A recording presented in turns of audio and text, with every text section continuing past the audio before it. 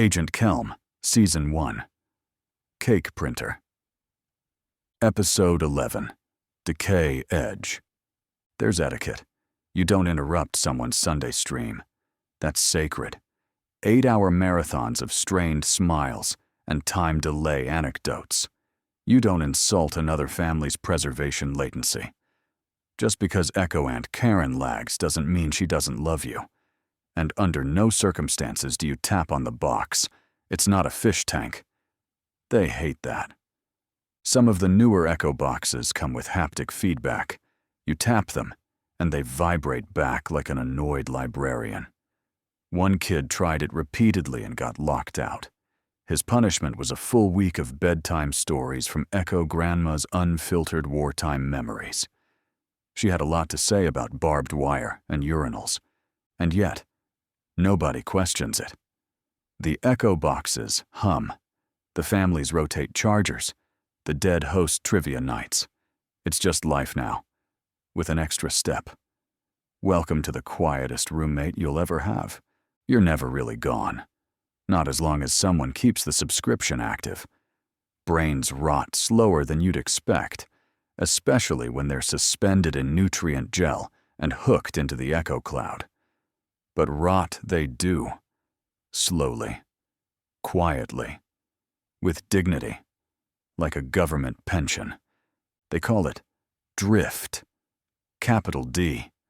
Sounds like a boat ride. It's not.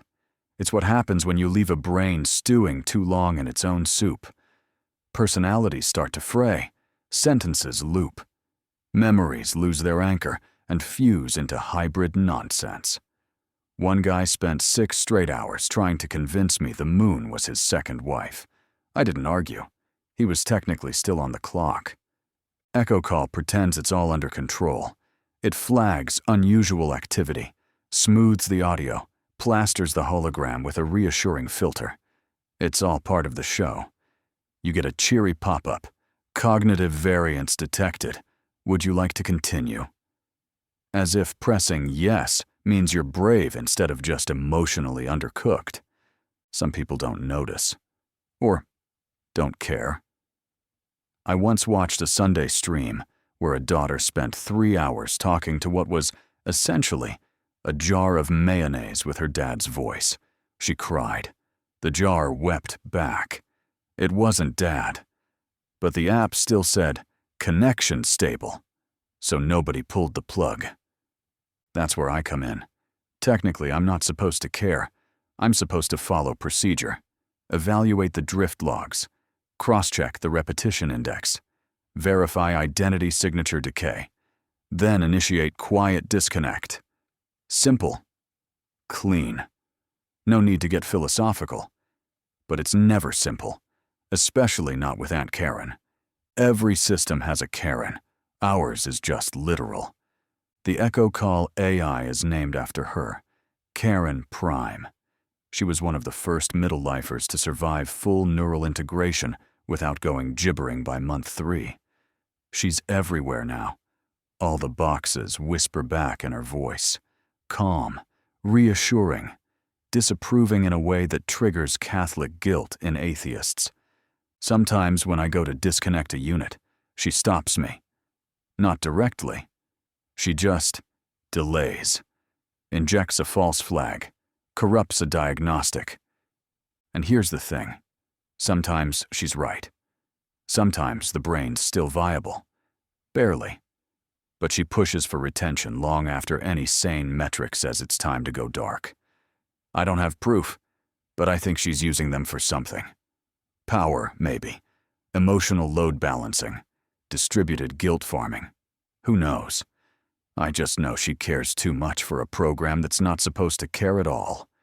They told me once that the decay curve was smooth. That was a lie. Drift isn't linear. It comes in spurts. One day they're quoting Shakespeare.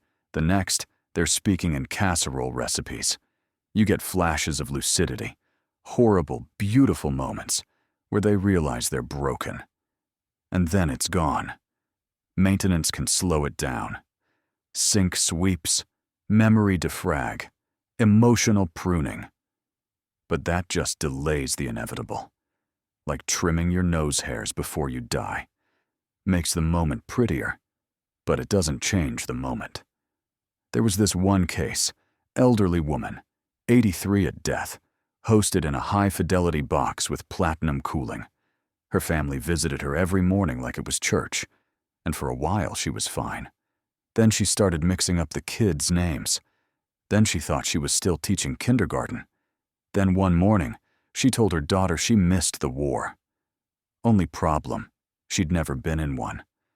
When I arrived, Aunt Karen tried to stop me, said the logs were corrupted, said the family hadn't authorized release, said anything to stall me. I pulled the plug anyway. She cried. The daughter, I mean. Aunt Karen just sighed and logged the event. I found myself circling the impossible question. How had Aunt Karen, an algorithm designed for nothing more than the sanitary disposal of spent gray matter, ascended to dominion over everything?